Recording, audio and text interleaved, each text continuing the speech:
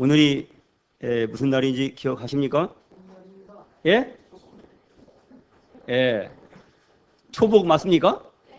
예. 여름에 복이 몇 개죠? 4개죠. 예. 초복 다음에 중복, 그 다음에 말복, 그리고 광복이죠. 예. 우리 인생에 이 빛을 다시 본, 어두운 가운데도 빛이 하신 그 하나님께서 하나님의 아들 예수 그리스도의 얼굴에 있는 그 영광을 아는 빛을 우리 마음에 비추어서 우리가 다시금 빛을 보게 됐다 이겁니다. 이게 광복이죠. 그래서 모든 복 중에서 이 광복이 과연 우리의 진정한 복이고, 이게 감사의 제목입니다. 우리는 오늘은 이렇게 초복이면서 또 어떤 날이죠? 예, 제헌절입니다. 예, 역사 공부를 잘 하셨네요. 1948년이죠. 우리가 5월 달에 그 국회의원 총선거를 실시하고 선출된 국회의원들이 재헌국회를 이루고 그 재헌국회에서 헌법을 제정해서 공포한 날이 7월 17일이 되겠습니다. 그 헌법에 의해서 이제 초대 대통령이 이제 선출되고 우리가 자유민주주의 국가로서 명실상부하게 정부 수립이 이루어지고 세계의 독립국가임을 선포하게 됩니다. 그래서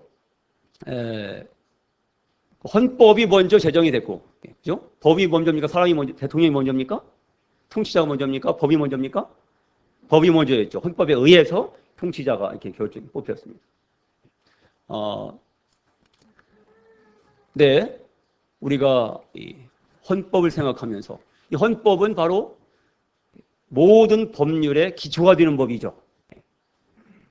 각종 다양한 분야별 법들이 있는데 그 모든 법은 이 헌법의 정신에 위배돼서는 안 됩니다. 헌법이 기초가 되는 것입니다.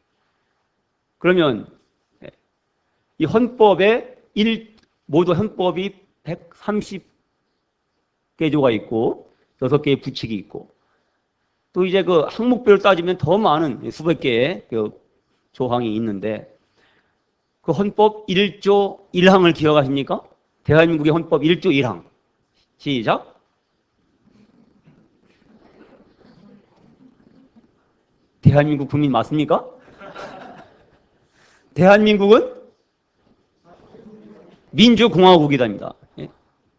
대한민국은 민주공화국입니다. 그럼 1조 2항은 뭐죠? 모든 권력은 국민에게서 나온다. 대한민국의 주권은 국민에게 있고 모든 권력은 국민으로부터 나온다. 그 다음부터는 몰라도 좋아요. 이 1조 1항 2항은 대한민국 백성이면 꼭 알아야 될 것 같습니다. 근데 우리가 대한민국 국민일 뿐만 아니라 여기 계신 다수의 분들이 성도님들은 천국의 국민이시죠. 천국의 백성. 하나님 나라 천국의 헌법 1조 1항은 무엇일까요? 대체 하나님이 천지를 창조하시냐. 창세기 1장 1절. 아, 좋습니다. 예. 대한민국 헌법과 이렇게 견준다면은 하나님 나라의 대한민국은 민주공화국이다. 하나님 나라는 민주공화국입니까? 고쳐보세요. 하나님 나라는 독재국가다. 예, 그렇습니다. 하나님 나라는 민주공화국이 아니라 주주공화국입니다. 주주. 예. 주님이 통치하시는 왕정 국가입니다. 예. 왕이 통치하시는데, 영원하신 왕이 통치하시는데 그분은 독재하십니다. 영원히. 홀로 선하신 분. 하나님을 반대하는 원수들은 바로 이 점을 갖다가 가장 싫어하고 이 점을 미워하고 잔인하게 공격합니다. 왜 기독교는 독선이냐? 왜 하나님은 홀로 이렇게 독재하시느냐? 그러나 하나님은 한 분이시기에, 여호와 하나님은 오직 한 분이시기에, 그분이 우주의 창조자요 인생의 창조자시기 때문에 그분만이 선하시고 그분만이 진정한 권력을 가지고 계십니다. 그분만이 통치하시는 것이 맞습니다. 그분이 홀로 선하십니다. 그래서 그러면 하나님 나라의 헌법 1조 2항을 고쳐볼까요? 하나님 나라의 주권은 누구에게 있고? 하나님께 있고, 그죠? 모든 권력은 누구로부터 나온다? 하나님께로부터 나온다. 이렇게 고치시면 정확한 하나님 나라의 헌법이 되겠습니다. 이걸 인정하고 안 하고는 자유입니다. 개인의 선택에 달려 있습니다. 이걸 인정하고 진정 인정하고 받아들이는 자는 하나님 나라의 백성이 되는 거고, 이걸 거부하는 자는 하나님 나라의 영광에서 영원히 쫓겨나서 바깥 어두운 데에서 영원히 지옥 형벌을 당하는 것이 성경의 말씀입니다. 어쩔 수가 없습니다. 그러나 하나님은 강제하시지 않습니다.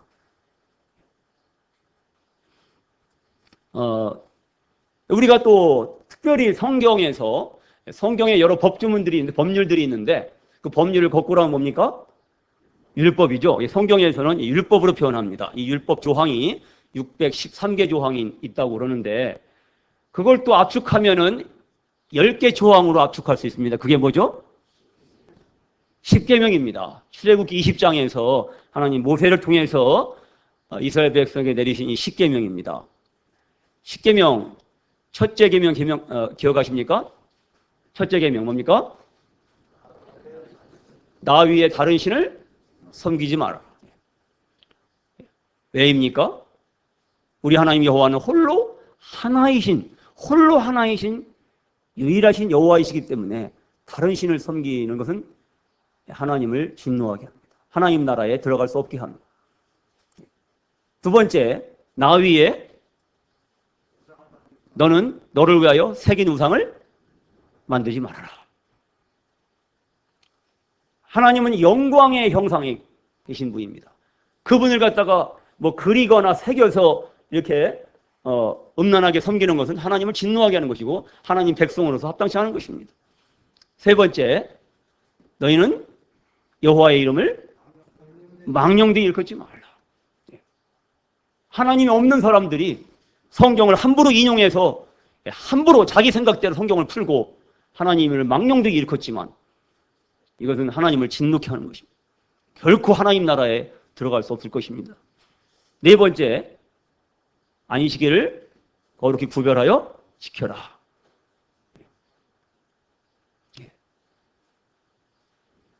여기까지가 바로 하나님에 대한 계명입니다. 하나님께 이렇게 하지 말고 이렇게 해라. 그 다음에 제5계명부터는 사람을 위한 계명을 주셨습니다. 그래서 5계명이 뭡니까? 네 부모를 공경해라. 그 다음에는 6계명은 살인하지 말라. 그 다음은요, 간음하지 말라. 그 다음은요, 도적질하지 말라. 그 다음은요, 거짓말하지 말라. 마지막으로요, 탐내지 말라. 그래서 이 10계명이 바로 하나님의 헌법이라 할 수 있는데 이 하나님의 헌법을 또 딱 둘로 줄이면은 어떻게 할 수 있을까요? 그 말씀이 바로 마태복음, 한번 찾아보실까요? 마태복음 22장에 있습니다.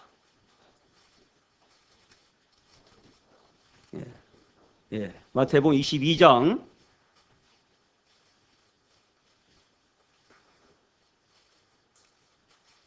37절입니다. 마태복음 22장 37절부터 40절까지 같이 읽어보실까요? 시작. 예수께서 이르시되 내 마음을 다하고 목숨을 다하고 뜻을 다하여 주 너희 하나님을 사랑하라 하셨으니 이것이 크고 첫째 되는 계명이요 둘째도 그와 같으니 네 이웃을 네 자신과 같이 사랑하라 하셨으니 이 두 계명이 온 율법과 선지자의 강령이니라. 그래서 하나님의 헌법 1조 1항은 무엇입니까? 주 너희 네 마음을 다하고 목숨을 다하고 뜻을 다하여 주 너희 하나님을 사랑하라. 이게 1조 1항입니다. 하나님의 헌법 1조 2항은 뭡니까? 네 이웃을 네 자신같이 사랑하라. 이 두 계명이 온 율법, 613가지의 온 율법과 모든 수많은 선지자들의 강령이다, 정신이다. 이렇게 말씀하고 있습니다. 그래서 10계명의 1계명부터 4계명까지는 바로 주 너희 하나님을 사랑하라는 계명입니다. 그 5계명부터 10계명까지는 네 이웃을 네 몸같이, 네 자신같이 사랑하라는 계명인 것입니다. 그래서 이 10계명을 갖다가 한 단어로 압축한다면 뭡니까? 사랑인 것입니다. 사랑의 계명인 것입니다. 근데 이 계명의 1조 1항부터 10항까지 이렇게 우리가 따져볼 때 그 어느 한 계명을 우리가 엄밀히 나에게 적용해 볼 때 그 어느 한 계명도로부터도 내가 자유할 수가 있습니까? 없습니까? 없습니다. 10계명의 어느 조항에도 어느 조항을 들어도 우리의 삶을, 우리의 양심을 들여다서 보고 판단하면은 우리는 그 하나님의 헌법을 위반한 죄인들인 것을 금방 알 수가 있습니다. 아니, 교회 가면은 나보고 죄인이라고 그러는데 내가 지금까지 살면서 나는 남한테 그렇게 나쁜 사람이라는 소리 안 들어봤다. 나는 그동안 양심적으로 살았고 나는 참 착하다는 소리 많이 들었고 선행상도 많이 받았고 남들의 존경을 한 몸에 받았다. 그런데 나보고 죄인이라니, 심지어 그 죄값으로 지옥에 가야 된다니, 난 이것을 이해할 수가 없다. 몹시 기분 상한다. 왜 내가 죄인이냐? 이렇게 따지는 사람이 있죠. 근데 그 사람의 말이 아마 사람 앞에서는 맞는 얘기일 것입니다. 그러나 하나님 앞에서는 절대적으로 자기 주제 파악을 못하고 있는 거예요. 하나님 앞에서는 모든 사람이 죄인인 것입니다. 이 하나님의 완전한 헌법에 완전하게 도달한 사람은 단 한 조항, 단 한 조항도 완전하게 도달한 사람은 없는 것입니다. 크고 첫째 되는 계명이 무엇입니까? 예수님께서 직접 말씀하셨어요. 주 너희 하나님을 사랑하라. 어떻게 사랑하라? 네 마음을 다하고 목숨을 다하고 뜻을 다하여 주 너희 하나님을 사랑하라. 이렇게 하셨습니까? 이렇게 하지 못하셨다면 우리는 크고 첫째 되는 계명을 범한 자들입니다. 그래서 우리가 얼마큼 죄인입니까? 크고 첫째 되는 죄인인 것입니다. 이해하십니까? 우리가 모든 사람의 존경을 받는 그런 인격자라고 하더라도 사람 앞에서는 그 말이 맞다고 해도 하나님 앞에서는 크고 첫째 되는 계명을 범한 그런 크고 첫째 되는 계명인 것입니다. 죄인인 것입니다. 그래서 죄인 중에 괴수가 되는 것입니다.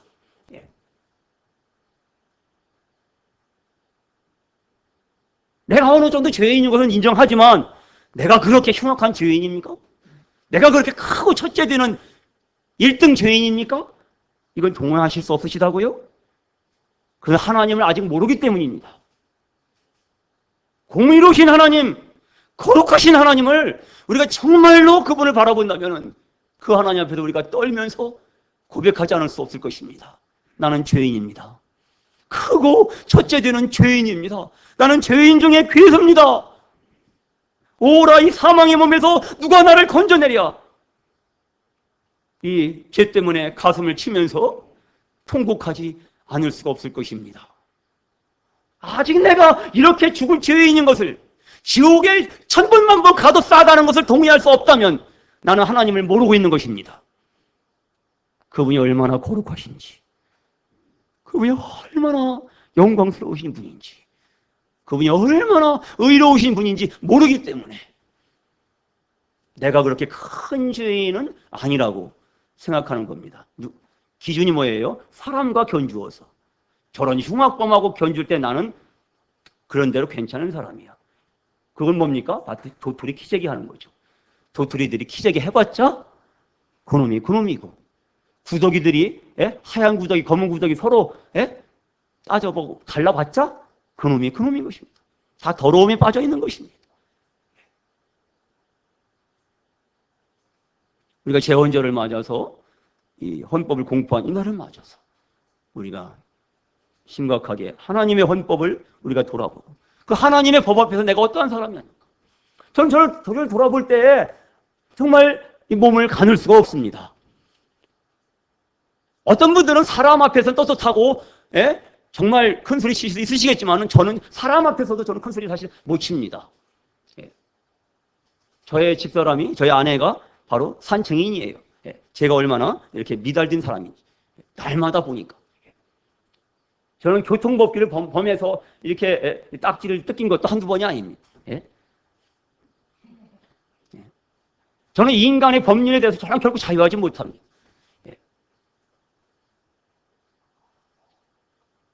저는 저 한 몸조차도 초등학교 시간에 배운 그 도덕책에 나와 있는 그 도덕의 덕목들을 저는 온전히 결코 지킬 수가 없습니다. 저는 양심의 법으로도 저는 떳떳지 않습니다. 이런 허물 많은 인생이 하나님의 은혜를 깨달았을 때, 나의 죄를 깨달았을 때, 저는 제가 자랑하려고 쌓아두었던, 모아두었던 그런 통지표, 상장, 선행상장, 막 이런 것들을 갖다가 다 꺼내갖고서 구덩이를 파고 다 불태워버렸습니다. 그것이 제가 되어서 올라가는 모습을 보면서 이제 죄인 최근창은 죽었다고 선언해요. 이제 하나님 앞에서 의인 최근창이 산다고 저는 고백했어요. 그러나 그렇게 고백한 그 이후에도 저는 살면서 저는 죄를 알았고 죄를 체험했고 온몸으로 온 마음으로 저는 죄를 경험했어요. 송두리째 어쩌면 저는 죄덩어리인 것입니다. 그것도 크고 첫째 되는 죄인인 것입니다. 이 죄 많은 사람이 나 같은 죄인 살리신 그 은혜에 놀라워. 큰 죄악에서 건지신 그 은혜 고마워.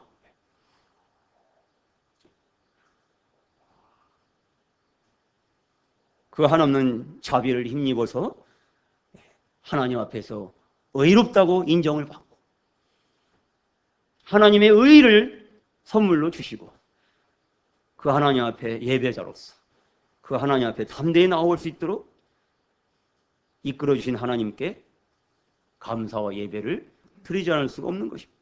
그것이 우리들의 예배 시간인 것입니다. 우리가 떡을 떼면서 나 같은 죄인을 위하여 그 몸이 찢어지신 구주를 우리가 기억하는 것입니다. 우리가 이 잔을 마시면서 나 같은 죄인을 씻어주시기 위해서 이 죄값을 지불해 주시기 위해서 그 온몸에서 머리끝부터 발끝까지 온몸에서 온 상처에서 그 마지막 피 한 방울 남김없이 흘려주신 구주를 기억하는 그리고 그분께 감사드리는 그것이 바로 우리의 예배인 것입니다. 그래서 우리의 예배 시간이 우리 안에 우리의 하나님의 성령이 충만하고 하나님을 향한 감사가 우리 속에서 터져 나와야 되는 것입니다. 그것이 쉼없이 이렇게 지속되어야 되는 것입니다. 그것이 우리의 예배인 것입니다. 어쩌면 우리는 너무 하나님 앞에 예배드리기를 인색해합니다. 우리는 하나님 앞에 감사의 기도를 드리는 것을 너무 인색해하고 어려워하고 망설입니다. 합당치 않은 것입니다. 하나님의 사랑이 우리 마음을 정복할 때 우리 속에서 그분을 향한 감사가 터져 나와야 마땅한 것입니다. 제가 광주 서부교회 가서 예배를 드리는데 한 번 어느 형제가 이 감사의 기도가 터져 나오니까 쉼없이 형제들이 그냥 이어서 쉼없이 이어서 감사의 예배가 막 터져서 하나님께 향기로운 제물로 드려지는 모습을 보면서 감동을 입었어요.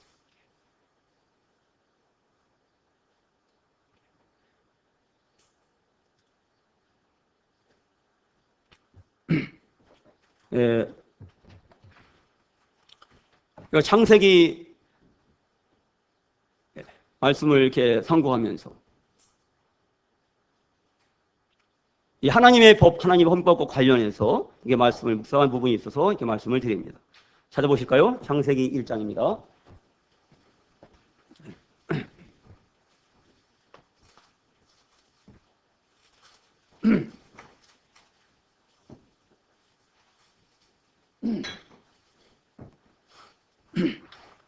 창세기는 모든 성경의 기초가 되는 책이죠. 창세기는 시작의 책으로 알려져 있습니다. 태초에 하나님이 천지를 창조하시니라 말씀하신 태초에는 시간의 창조를 의미하고 천지, 하늘은 공간을 의미하고 지, 땅은 물질을 의미하는 겁니다. 그래서 이 우주의 구성 요소가 3요소가 바로 공간과 물질과 시간인데 태초에 우리 하나님께서 천지를 창조하신, 즉 우주를 창조하신 사실로 이 성경은 선언적으로 시작하고 있습니다. 그래서 창세기는 여러 가지 시작을, 기원을, 근본을 선언하고 있습니다. 우주의 시작, 태양계의 시작, 생명의 시작, 인간의 시작, 결혼의 시작, 죄의 시작, 죽음의 시작, 언어의 시작, 정부의 시작, 문명의 시작, 민족의 시작, 가족의 시작, 종교의 시작, 선민의 시작, 죄와 죽음으로부터의 구원의 시작. 이렇게 해서 이 창세기를 알면은 모든 것의 처음을, 모든 것의 시작을, 그 비밀을 파헤쳐서 명확하게 알 수가 있는 것입니다. 그 성경 외에 그 어떤 책도 이와 같이 우주와 인생의 이 처음의 비밀을 이와 같이 명확하게 설명해 줄 수가 없습니다. 이 여러 가지 시작을 성경은, 창세기는 선언하지만 그 핵심적인 세 가지 시작을 얘기한다면은 인간의 시작, 죄의 시작, 구원의 시작이라고 말씀드릴 수 있습니다.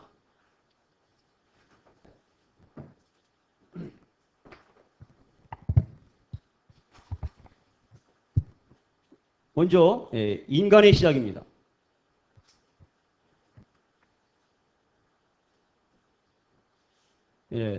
두 이자입니다. 밑에는 이제 사람인을 이렇게 쓰겠습니다. 두 사람이 인류의 시작이 되었던 것입니다. 아담과 하와 두 사람이 인류의 시작이 됐습니다. 그래서 처음 원자라고 합니다.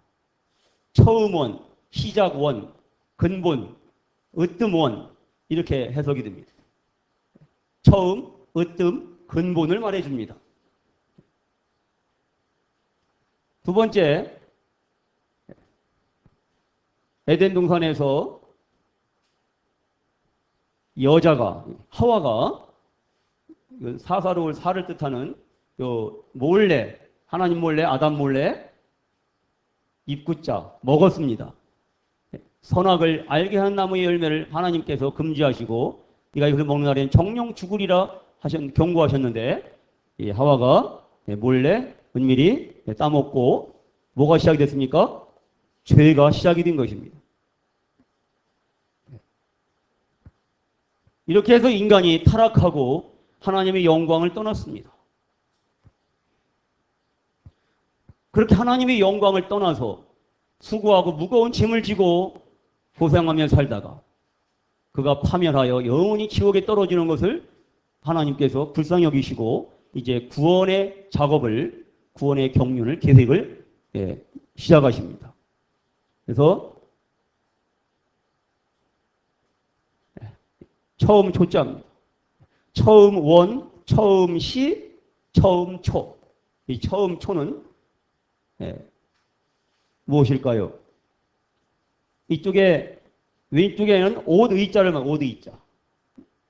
오른쪽에는 칼 도자죠. 하나님이 아담과 하와가 범죄하고 입은 무화과 나무의 잎새로 만든 그 치마를 벗기우시고 한 마리의 죄 없는 짐승을 칼로 이렇게 죽이셔서 그 가죽을 벗겨서 가죽으로 옷을 지어서 아담과 하와에게 그 부끄러움을 가릴 수 있도록 이 구원의 옷을 만들어 주시는데 이것이 바로 하나님의 구원 계획의 처음 비밀을 나타내는 것입니다. 그래서 처음 원, 이것은 인간의 시작을 의미하고, 처음 시, 이것은 죄의 시작을 의미하고, 처음 초, 이것은 구원의 시작을 의미하는 것입니다. 하나님이 처음 만드신 아담과 하와 인간의 모습은 창세기 1장에서 한번 살펴볼까요? 1장 27절을 보십시오.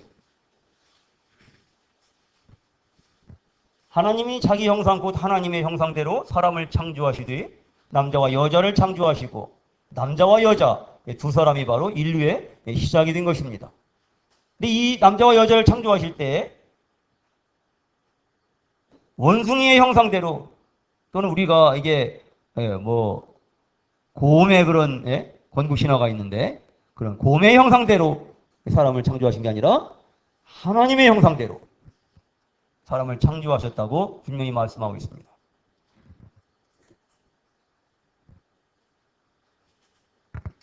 하나님의 형상대로 사람을 창조하셨다는 사실은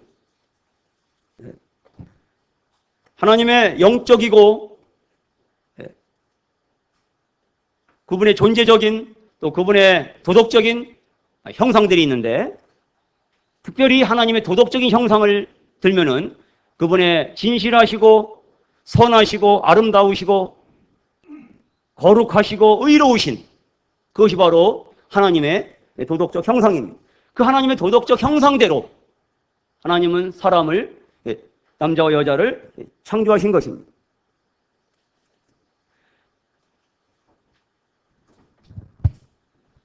하나님이 처음에 사람을 지으셨을 때 한 구절 더 보겠습니다. 그 2장에 볼까요?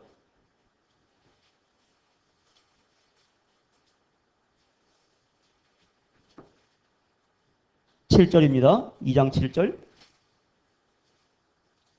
여호와 하나님이 땅의 흙을로 사람을 지으시고 생기를 그 코에 불어넣으시니 사람이 생명이 되냐 이 말씀입니다. 자, 이 말씀과 같이 하나님이 처음에 흙토입니다.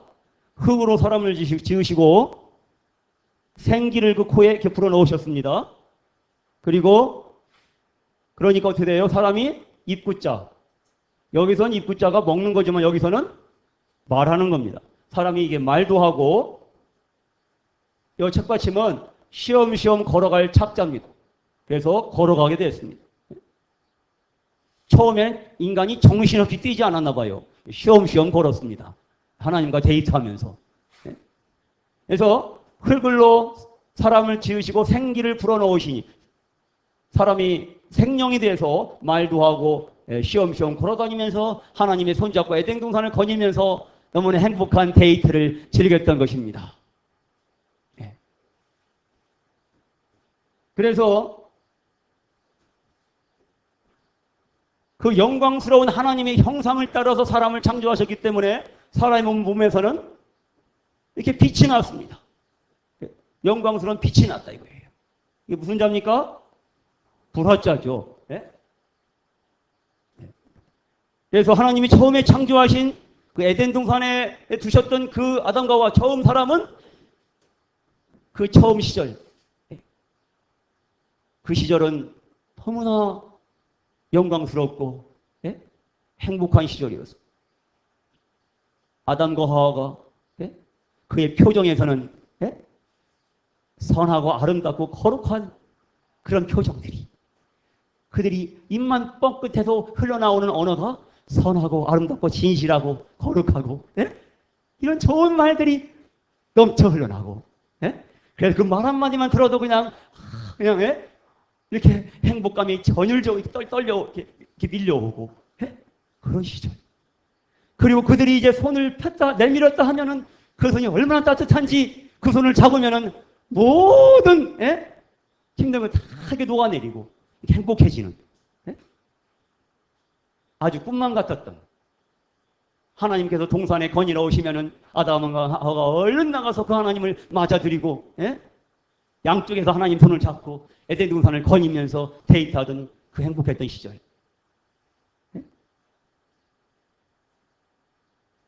그렇게 좋았어.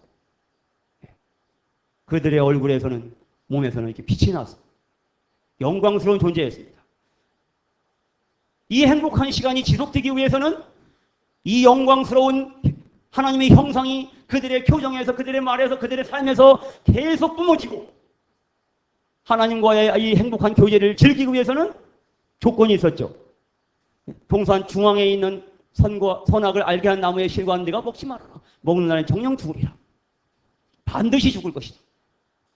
그래서 이제 아담의 몸에서도 빛이 나고 하와의 몸에서도 빛이 나고, 그들이 이 선악을 알게 한 나무의, 이 나무 목자, 선악을 알게 한 나무의 열매를 이제 이거 덮개를 씌웁니다. 덮개가 씌워지고 하나님 말씀을 순종하고 하나님 말씀을 사랑하고 그 말씀을 마음에 지키고 그 어떤 유혹에도 이 나무에 접근하지 않고 열매를 따먹지 않고 하나님을 사랑하기 때문에 이 하나님의 말씀을 사랑했더라면 그들은, 이게 무슨 자입니까 이게? 영화 영자입니다. 그들의 영광스러운, 행복했던 그 시절은 계속 지속될 수가 있었어요. 지금까지도. 그리고 이거 한 일자입니다. 한 사람 일자를 쓰겠습니다. 어떻게 쓰죠?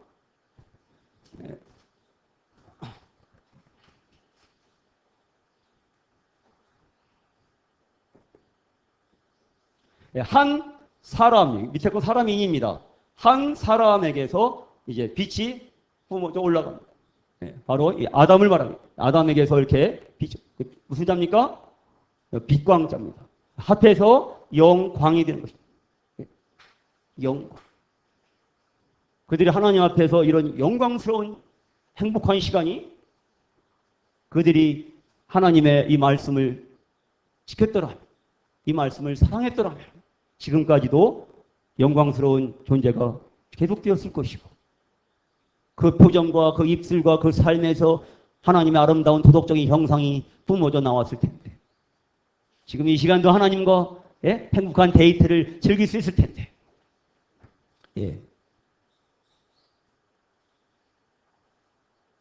문제가 생긴 것입니다.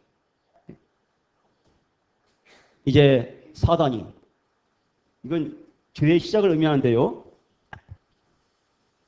하늘에서의 죄는 이사야 14장과 에스겔 28장을 보면은 하늘에서 죄가 어떻게 시작됐는지, 하늘의 천사장인 루시퍼 천사장이 이제 어떻게 하나님께 반역을 하고 자기가 하나님같이 되려고 했는지 그의 교만함의 그 치부에 대해서 말씀하고 있고, 그래서 하늘에서 이제 죄가 시작이 됐고, 이제 그 사단과 사단을 추종했던 그 마귀와 마귀를 추종했던 귀신들이 이제 이 땅에 지켜서 이 인간 세상을 혼돈하고 공허하고 이제 흑암이 깊은 위에 있는 이런 상태가 되게 합니다. 그래서 이제 하늘에서 죄의 시작에 대해서 말하고 있고 여기서는 땅에서의 죄의 시작을 말하고 있는 것입니다.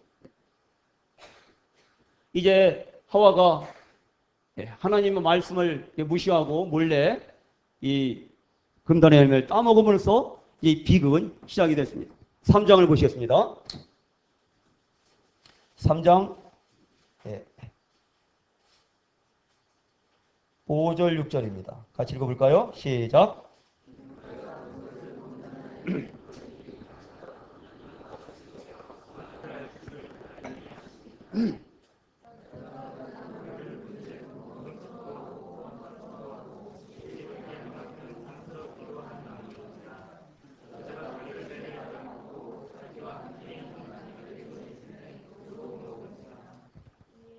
네. 이것이 최초의 죄의 시작을 말씀하고 있는 것입니다.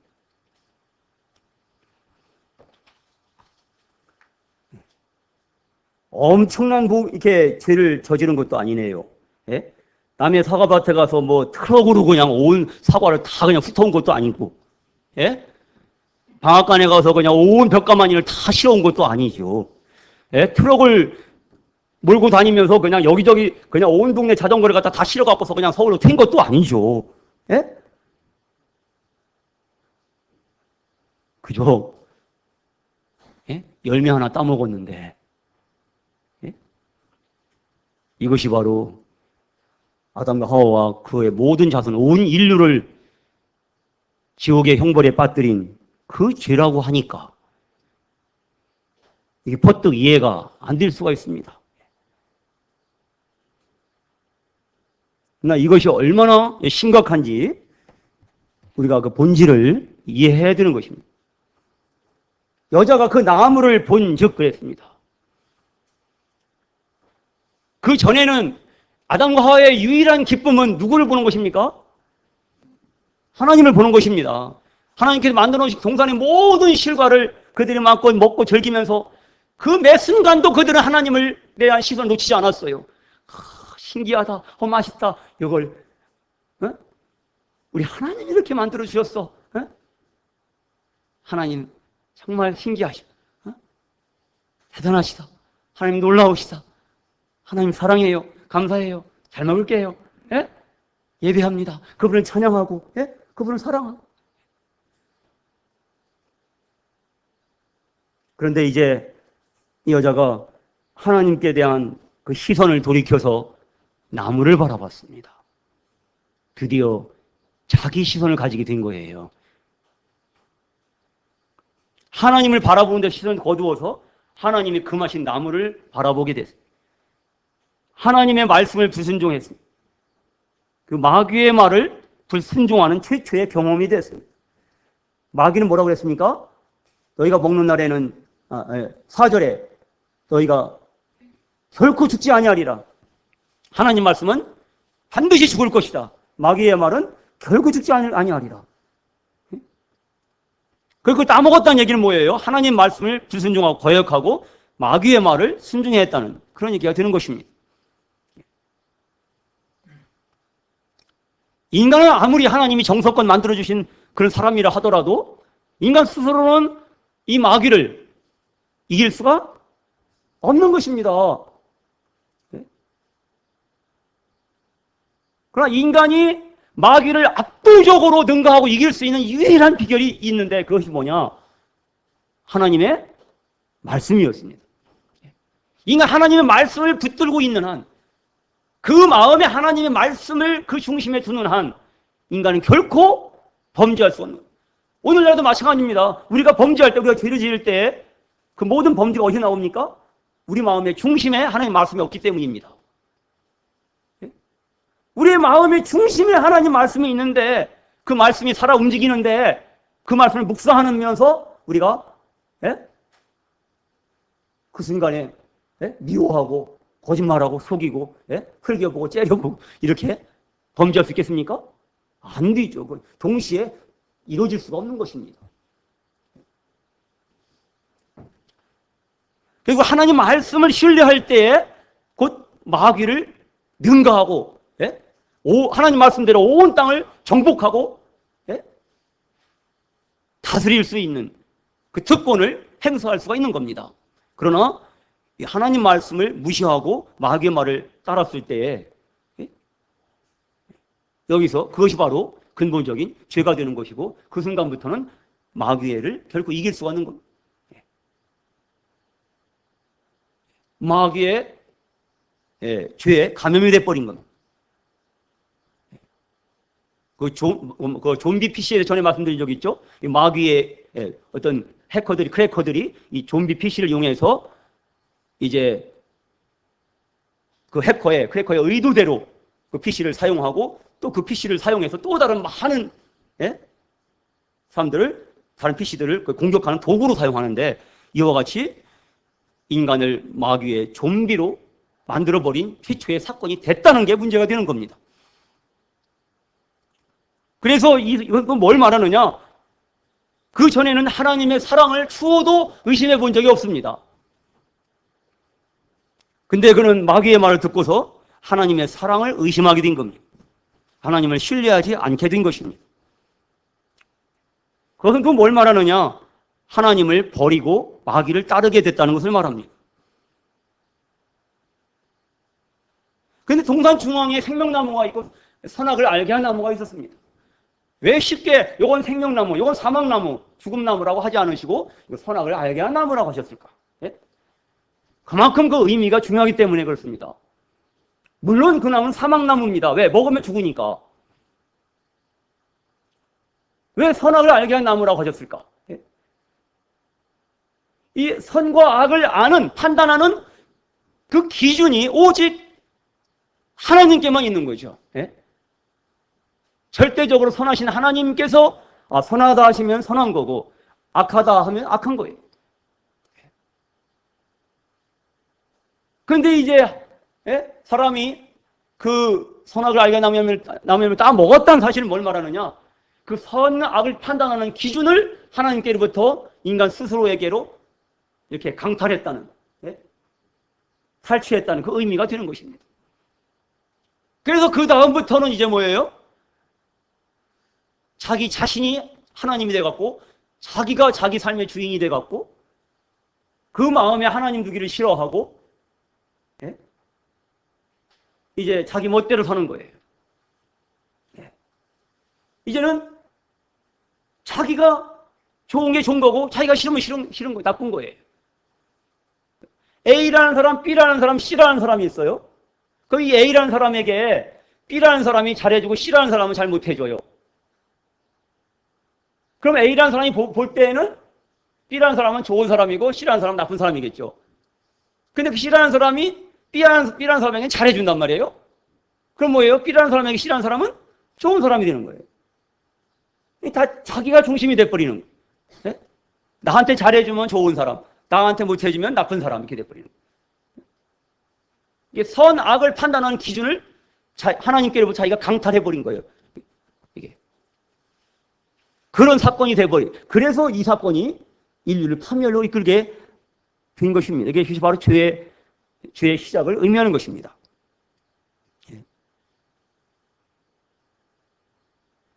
전도서 7장 29절을 보면은 내가 깨달은 것은 오직 이것이라. 곧 하나님은 사람을 정직하게 지으셨으나 사람이 많은 꾀들을 낸 것이니라. 하나님은 사람을 정직하게 지으셨지만 사람은 많은 꾀를 냈다고 했습니다. 이 꾀는 히브리어로 히샤본인데 히샤본. 이 말은 발명, 창안, 고안, 계책, 음모 이렇게 번역이 됩니다. 하나님은 사람을 정직하게 지으셨지만 즉 하나님의 영광의 거룩한 성품대로 의로운 성품대로 그분의 의로운 형상대로 진실하고 착하고 아름답고 거룩하고 사랑하게 그렇게 지으셨지만 인간은 빗나가 버린 겁니다. 자기 마음대로 자기 생각대로 발명하고 창안하고 고안하고 계책을 꾸미고 음모를 꾸며서 하나님 없이 하나님과 독립해서 이렇게 마귀에게 좀비가 돼갖고 그런 파멸과 고생의 길을 가게 된 거죠. 아마도 마귀의 이 꾀임 중에서 가장 하와의 마음을 움직였던 것은 아마도 거기 보시면은 3장 5절에 보시면은 너희가 먹는 날에 너희 눈이 밝아져 하나님같이 되어 선악을 알 줄 하나님이 아십니다. 하나님같이 되어 이 말에 거기서 아마 하와가 완전히 돌아서지 않았을까. 하나님같이 된다는 말이에요. 그런데 하나님같이 되는 것이 좋은 겁니까? 나쁜 겁니까? 예? 이게 나쁜 겁니까? 좋은 겁니까? 제가 이렇게 여쭤볼 때는 꼭 해답이 있잖아요. 좋을 수도 있고 나쁠 수도 있다. 아직 잊어버리셨나요 벌써? 만약에 선악을 판단하는 일에 선악을 아는 일에 하나님같이 된다는 건 좋은 거예요 나쁜 거예요? 이건 나쁜 거예요. 갓난아기가 부엌칼을 싸는 일에 어른처럼 된다면 좋은 거예요 나쁜 거예요? 나쁜 거죠. 얼마나 위험합니까? 죽음을 의미합니다. 그 부엌칼 가지고 이 부엌칼은 엄마가 다스려야만 이 맛있는 음식이 돼 나오지 어린 갓난아이가 장난감 없다고 그거 가지고 놀다가 보면은 다치는 거예요. 죽는 거예요. 그게 나쁜 거예요.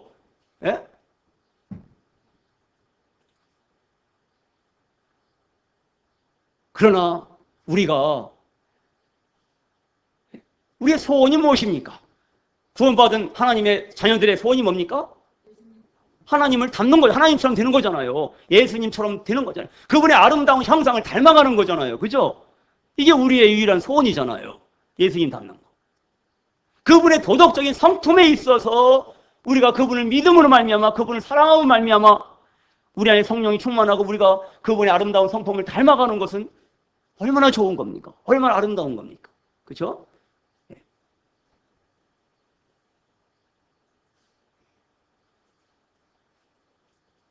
죄의 결과 어떤 일들이 벌어졌습니까? 예.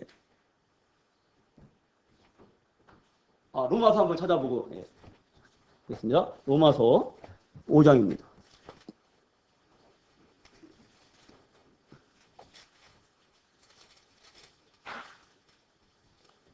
로마서 5장 12절입니다. 다 같이 읽어볼까요? 시작. 그러므로 한 사람으로 말미암아 죄가 세상에 들어오고 죄로 말미암아 사망이 들어왔나니 이와 같이 모든 사람이 죄를 지었으므로 사망이 모든 사람에게 이르렀느니라. 예. 이렇게 해서 죄가 시작이 된 겁니다. 여기서 한 사람은 아담으로 말미암아 죄가 세상에 들어오고 할 때 이 죄, 이 죄는 그 헬라어 원어로 이제 하마르티아라고 합니다. 이 말의 뜻은 하마르티아, 하마르티아, 이 말의 뜻은 활을 쐈을 때에 그 화살이 관역을, 표적을 벗어난다는 뜻입니다. 원어의 뜻은 하마르티아. 그래서 관역을 벗어나다, 관역을 빗나가다, 목표를 잃어버리다, 길을 잃어버리다.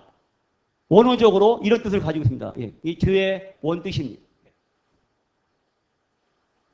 하나님은 사람을 정직하게 지으셨지만 인간은 많은 꾀를 내게 된 겁니다. 빗나가게 된 겁니다. 그래서 죄의 결과 이 죄자를 어떻게 했습니까? 이렇게 쓰죠. 위에 것은 그물망입니다. 밑에 것은 뭘까요? 안일 빗자.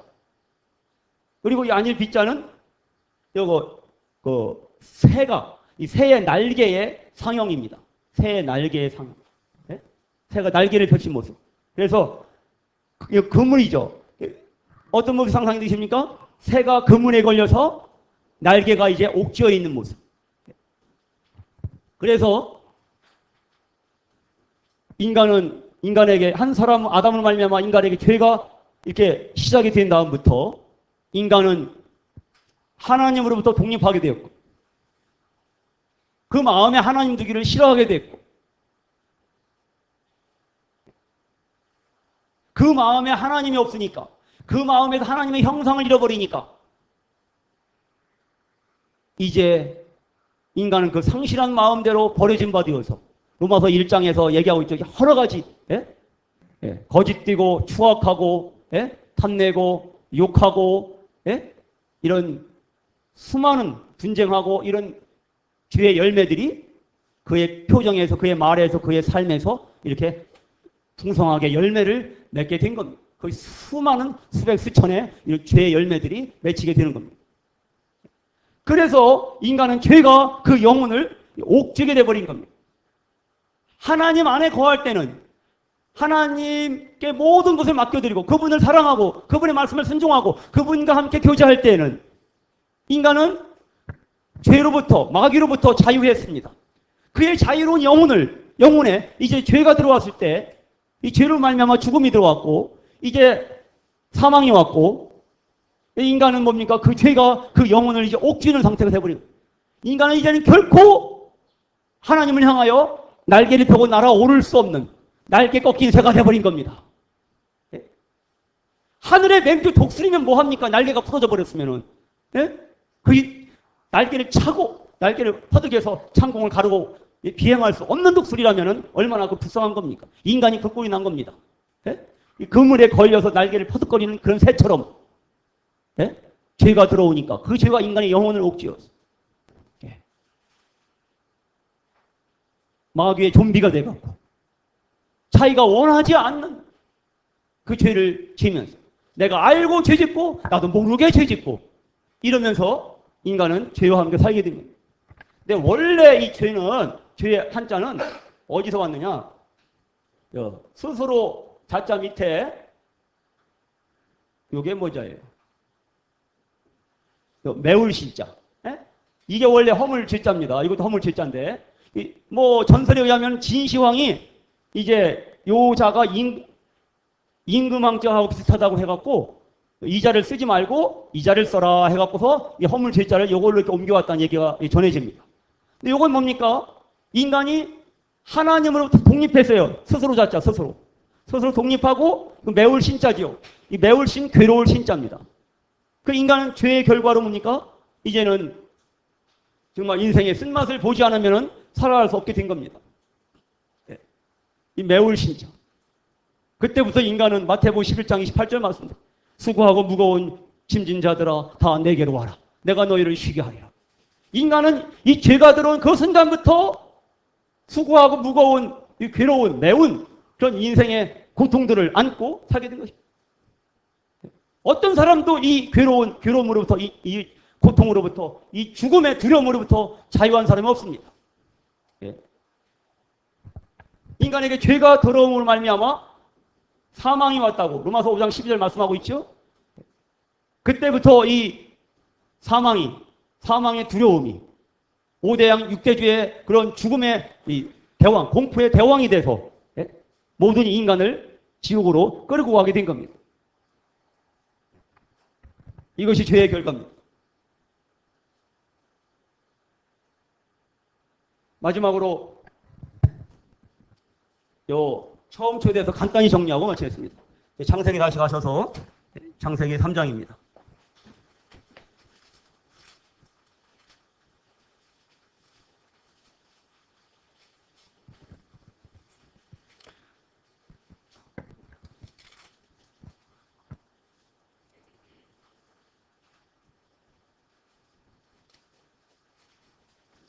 창세기 3장 7절입니다.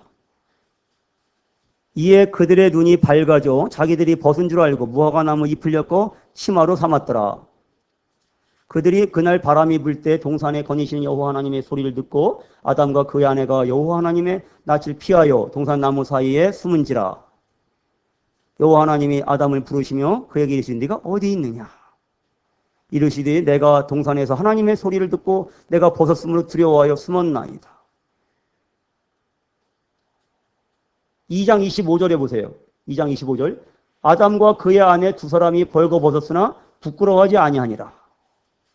이제 죄가 들어오니까 인간 세상에 부끄러움이 시작됐고 그 부끄러움을 가리기 시작했고 그래서 최초로 인류가 발명한 의상이 뭐죠? 어떤 재질이 뭐였죠? 무화과나무 잎이었죠. 무화과나무 잎으로 엮어진 스커트, 치마가 바로 인류 최초의 의상이 되었고 그리고 이제 하나님이 이제 건의로 오실 때 전에 같으면 뭐예요? 뛰어나가서 하나님을 맞을 텐데 이제는 뭐예요? 반대로 두려워하여 하나님의 얼굴을 피해서 동산나무 사이에 숨어버렸습니다. 이것이 범죄한 인간의 모습입니다. 이제 하나님이 오셔서 어떻게 하셨습니까?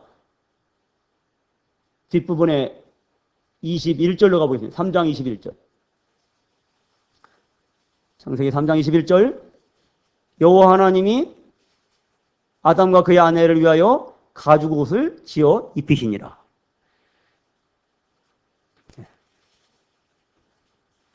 여기 두 가지 옷이 나옵니다. 3장 7절에 나오는 이 무화과 나뭇잎 치마가 나오고 21절에 나오는 가죽 옷이 나옵니다.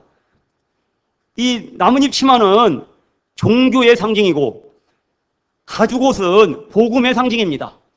종교와 복음을 대비해서 이해하시면 쉽습니다. 이 나뭇잎 치마는 종교의 상징입니다. 인간이 스스로 고안한 어떤 철학이나 사상이나 도덕이나 윤리, 종교의 방법으로는 결코 죄를 가릴 수 없고 결코 의롭게 될 수가 없는 것입니다. 결코 하나님의 의를 얻을 수 없는 것입니다.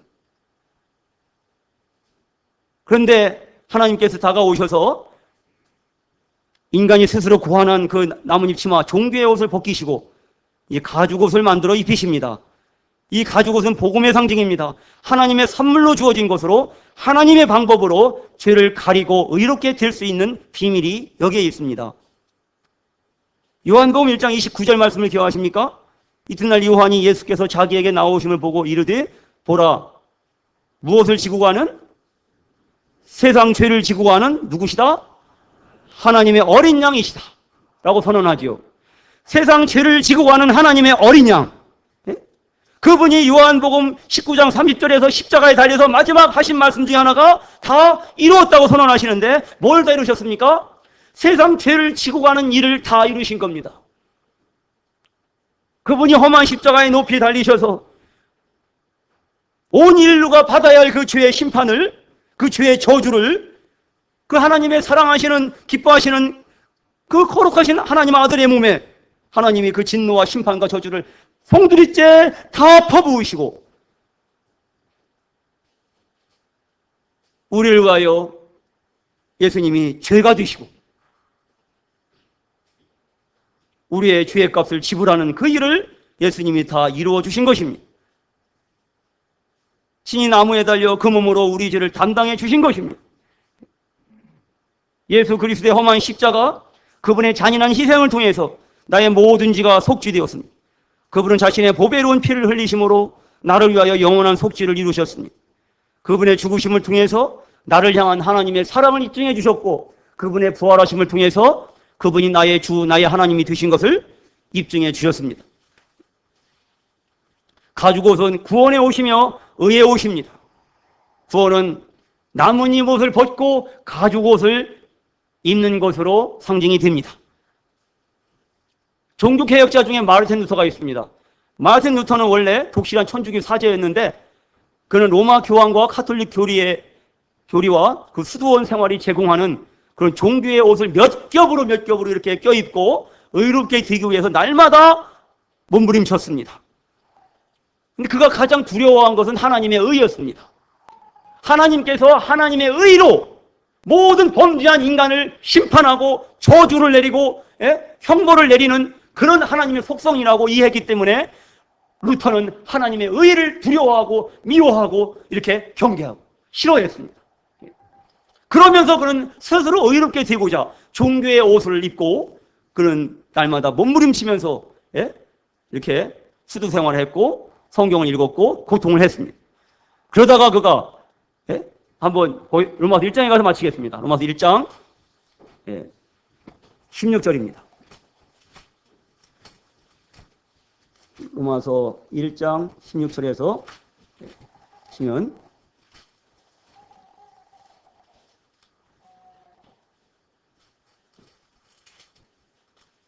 내가 복음을 부끄러워하지 아니하노니 이 복음을 모든 믿는 자에게 구원을 주시는 하나님의 능력이 됨이라. 먼저는 유대인에게요 그리스도 그리고 헬라인에게로다. 그가 이제 이 말씀을 그가 이제 수도원의 탑방에서 읽을 때 17절에 이르렀습니다. 복음에는 하나님의 의가 나타나서 믿음으로 믿음에 이르게 하나니 기록된 바 오직 의인은 믿음으로 말미암아 살리라. 그가 오직 의인은 믿음으로 말미암아 살리라 이 말씀이 그에게 성광처럼 빛이 되어 다가왔습니다. 그러나 아직 그가 구원을 받은 건 아닙니다. 그가 이제 수도원의 대표로서 로마에 파견이 됐을 때 그 로마의 모든 성당을 다 뒤졌습니다. 그리고 마침내 그 상크타 상크트롬이라고 하는 이런 성당에 그가 이제 가게 됐습니다.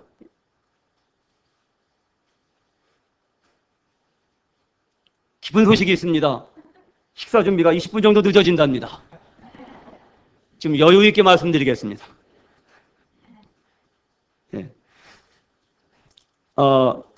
그가 이제 상크트롬 성당에 갔는데 그 안에는 예수님께서 친히 빌라도의 그 심판석까지 올라가는 그런 계단이 이제 계단이라고 알려진 28개의 높다란 계단이 있는데 이제 그 로마 교황 중에 그 로마 교황 레오 4세가 어떤 약속을 했느냐? 그가 지정한 기도문을 외우면서 그 성당의 계단을 한 칸 한 칸 무릎으로 기어 올라가면은 한 칸을 기어 올라갈 때마다 9년 동안의 죄가 면제된다. 한 칸 올라가는데 9년 죄 용서, 2칸 올라가면 18년, 10칸만 올라가면 뭐예요?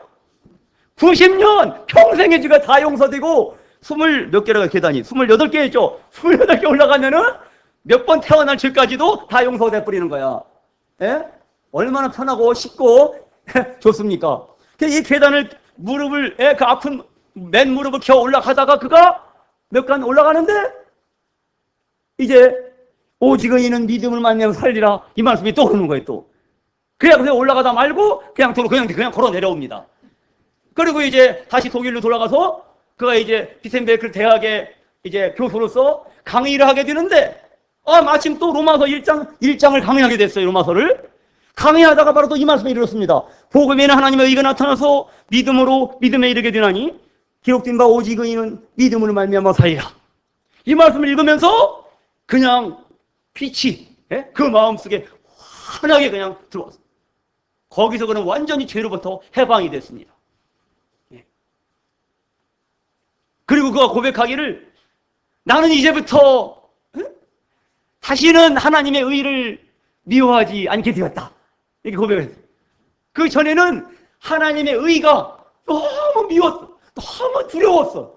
하나님이 그냥 완전 무결한 거룩한 하나님의 의를 가지고 이 죄만한 인간들을 갖다가 그냥 이렇게 심판을 하는 그런 도구인 줄 알았는데 그 하나님의 의를 알고 보니까 뭐예요? 하나님이 그렇게 거저 안겨주고자 하셨던 선물이었던 거예요. 누구에게요? 믿는 자에게. 예수 그리스도를 믿는 자에게, 예수 그리스도를 나의 주, 나의 하나님으로 믿는 자에게 거저 주시는 하나님의 선물인 것을 거기서 화끈하게 확실하게 깨달아버린 거예요. 말씀 분명히 있잖아요. 오직 17절 복음에는 뭐가 나타나 있어요? 하나님의 의가 나타나서 믿음으로 믿음에 이르게 하나니. 믿음으로 믿음에 이른다. 이건 뭔 뜻입니까? 그냥 성경의 어느 한 말씀이 구원의 말씀을 내가 확 붙들고 이 말씀을 내가 믿음으로 받아들여버리면은 그 믿음으로 온 말씀을 다 믿게 되는 거예요. 이 믿음에 내가 한 걸음 다가서면은 이 믿음 안으로 한 걸음 들어와 버리면은 그 순간부터 이제는 영원한 믿음이 시작이 되는 거예요.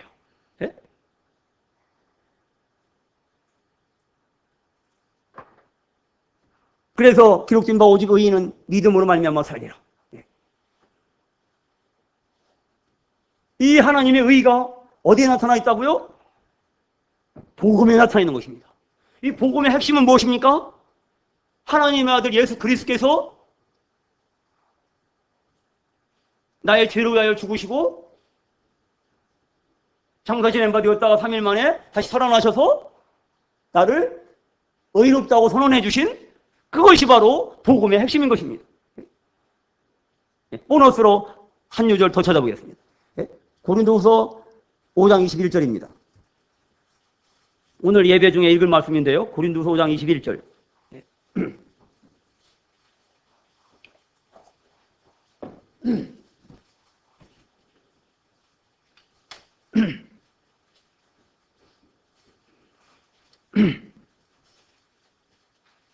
다 같이 읽어보겠습니다.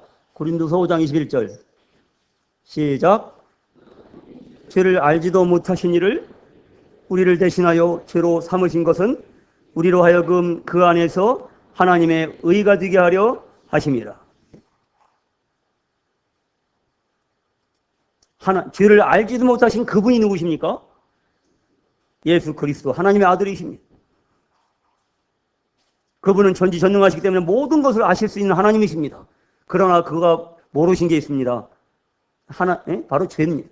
여기서 알지도 못한다는 것은 경험으로 아는 것을 말합니다. 저는 죄를 너무나 잘 압니다. 경험을 통해서. 그러나 하나님께서 죄를 알지도 못하신 그분의 순결한 몸이 그 잔인한 저주의 십자가에 매달리는 것을 허용하신 것은 우리를 대신해서, 나를 대신해서 그분을 죄로 삼으신 것은 그분이 범죄하신 것처럼 그분이 흉악한 모든 죄를 지으신 것처럼 그분을 죄의 제물로 삼으신 것은 우리로 하여금 그 안에서 하나님의 의가 되게 하려 하십니다. 마생서가 그렇게 두려워하던, 그렇게 미워하던 하나님의 의가 나를 위하여 죽어주신, 내 죄를 위하여 죽어주신 예수 그리스도 안에서 내가 예수 그리스도를 믿음으로 말미암아 그냥 거저 값없이 하나님의 은혜로 내가 하나님의 의로 나타날 수 있게 된 것입니다. 내가 그리스도 예수 안에 있으면 나는 하나님의 의로 나타나는 것입니다. 내가 예수님 안에 있으면 바로 하나님의 의가 되는 것입니다. 우리가 하나님이 보실 때 의로운 자로 나타나려면 반드시 우리가 맨 얼굴로 쌩얼로 나타나면 안 됩니다. 예? 이해하시겠어요? 나 자신의 모습으로 하나님 그 모습 그대로 내 모습 그대로 받아주십시오 하면서 내가 하나님께 나올 때 어떻게 보면 그것이 참 맞는 기도인데 맞습니다. 맞는데 그러나 절대적으로 예수 그리스도의 의가 전제가 돼야 그 말씀이 맞는 겁니다. 주 예수 그리스도의 의를 예수님이 나를 위해서 이루어주신 그 십자가의 공로를 의지하지 않고 그냥 내가 죄인이지만 하나님 받아주십시오, 용서해 주십시오 하고 나오면은 그건 하나님 받아주실 수가 없다는 얘기입니다. 생얼로 내 모습 그대로 그냥 하나님 앞에 나오면은 하나님 눈앞에 나는 뭐예요? 용서받지 못할 흉악범, 영원히 지옥에 쳐넣어야 될 죄인으로밖에 안 보이는 거예요. 죄인 중에 괴수로밖에 안 보이는 거예요. 아무리 봐달라고 내 모습 그대로 봐주세요 하고 나가도 하나님 못 봐주시는 거예요. 그분은 눈이 정결하시기 때문에 악을 참아 보지 못하시거든요. 그래서 아무리 우리가 하나님께 봐달라고 나가도 안 되는 거예요. 그건 저주예요. 그러나 우리가 여기 말씀 분명히 잘 보셔야 됩니다. 고린도 5장 21절. 우리로 하여금 어디에서 하나님의 의가 됩니까? 내가? 그 안에서 예수 그리스도 안에서 하나님의 의로 하나님 앞에 나타나는 겁니다. 바로 뭐예요? 아담과 하와가 가죽옷을 입었을 때 나뭇잎 옷을 입었을 때는 하나님 앞에 설 수가 없는 거예요. 그러나 인간이 스스로 해 입은 그 종교의 옷을 벗고 그가 그냥 하나님 앞에 나왔어요. 아담아 네가 어디 있느냐? 뒤에 숨어 있는데 그냥 숨어 있는 앞에까지 그냥 전에 같으면 하나님 그래 반가웠는데 이제는 너무 두려운 거예요. 하나님 뵙기가 숨어 있는데 지금께도 하나님이 바로 숨어 있는 앞에까지 오셔서 네가 어디 있느냐 하시니까 더 이상 숨을 수가 없잖아요. 그래서 그냥 그 부끄럽고 창피하고 그냥 죄책감을 가지고 그냥 아담과 하와는 하나님 앞에 나온 거예요. 내가 죄인입니다. 죽을지 나온 거예요. 그 아담과 하와를 위해서 하나님이 그 나뭇잎을 벗겨주시고 이제 죄 없는 한 마리의 짐승을 잡으십니다. 피를 흘리고 이제 아담과 하와는 그 모습을 지켜보는 거예요. 야, 저 양이 바로 우리를 위해서 죽고 있다. 우리를 위해서 피 흘리고 있다. 이제 그 가죽을 벗겨서 옷을 만들어서 아담과 입힐 때 아담과 하와는 반항하지 않고 하나님 입혀주시는 대로 그냥 고분고분하게 그것을 입었습니다. 그게 바로 그들의 믿음이었습니다.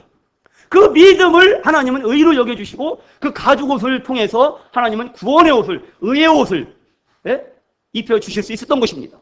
아무리 하나님이 최신 패션의 이 가죽옷을 만들어 주셔도 앞으로 영원히 그 부끄러운 게 보이지 않는 죄를 완벽하게 가릴 수 있는 그 구원의 옷을 하나님이 발명해서 이렇게 준비해서 입혀주신다고 해도 아담과 하와가 싫다고 거절하면은 소용없는 거예요. 하나님 앞에 갈 수가 없는 거예요. 그러나 아담과 하와가 그들이 죄를 회개하고 하나님이 그 구원의 옷을 입혀주실 때 그들이 그걸 감사함으로 그냥 받았어요. 입었어요. 그게 그들의 믿음이었어요. 하나님 그 믿음을 의로 여기셨어요. 이제 그들이 이제 가죽옷으로 부끄러움을 가리게 됐어요. 죄를 완벽하게 가릴 수 있게 된 겁니다. 이 옷은 구원의 옷입니다. 이 옷은 세상 죄를 짊어지신 예수님께서 바로 예수님을 믿는 자에게 주시는 구원의 옷, 하나님의 의인 것입니다. 그래서 우리가 예수 안에 있을 때, 내 마음에 예수님은 나의 주님으로 영접하고 내가 예수님 안에 믿음의 걸음을 건너뛸 때에 내가 예수님 안에서 발견되면은 하나님 보실 때는 나를 뭐로 보시는 거예요? 죄인으로 보시는 게 아니라 의인으로, 하나님의 의로 이렇게 나타나지기 때문에 우리가 감히 담대히 하나님 앞에 나갈 수가 있게 되는 겁니다. 그것이 바로 마틴 루터가 깨달았던 비밀입니다. 그 비밀을 여러분도 깨달으시고 함께 이 하나님의 의를 입으시고 이렇게 값없이 하나님의 은혜로 우리를 의롭다고 하신 그분을 찬양하며 그분 안에서 이제 교제가 회복이 되고 다시금 우리 삶에서 하나님의 형상이 나타나고 이 복음에 합당한 삶으로 우리의 삶이 연속적으로 이어진다면 그것이 얼마나 축복된 일이겠습니까? 기도드리겠습니다. 사랑의 하나님, 감사드립니다. 하나님을 멀리 떠나서 죄에 빠진 우리를 사랑하시고 소망 없는 우리에게 그 아들 예수 그리스도로 말미암아 구원의 소망이 되시고 우리를 예수 그리스도로 말미암아 받아주시고 우리에게 예수 그리스도의 그 고귀한 희생을 통해서 하나님의 의로 그 의의 옷을 입혀주시고 우리가 이 의의 옷을 입고 믿음으로 하나님 앞에 나아갈 수 있도록 생명의 길을 열어주셔서 감사를 드립니다. 나 같은 죄인을 살리신 그 은혜 놀랍고 나 같은 그 죄인의 그 큰 죄에서 건져주신 그 은혜 너무나 감사. 이제 그 은혜에 메인바 되어 그 은혜에 합당한 삶을 주 앞에 살아갈 수 있도록 주님 도와주시옵소서. 의인은 믿음으로 말미암아 산다고 하셨사오니 참 믿음으로 말미암아 구원을 얻으며 또한 구원을 얻은 자마다 믿음으로 말미암아 날마다 그 구원을 이루며 그렇게 승리의 삶을 살도록 도와주시옵소서. 예수님 존귀하신 이름으로 감사하기도 드립니다. 아멘.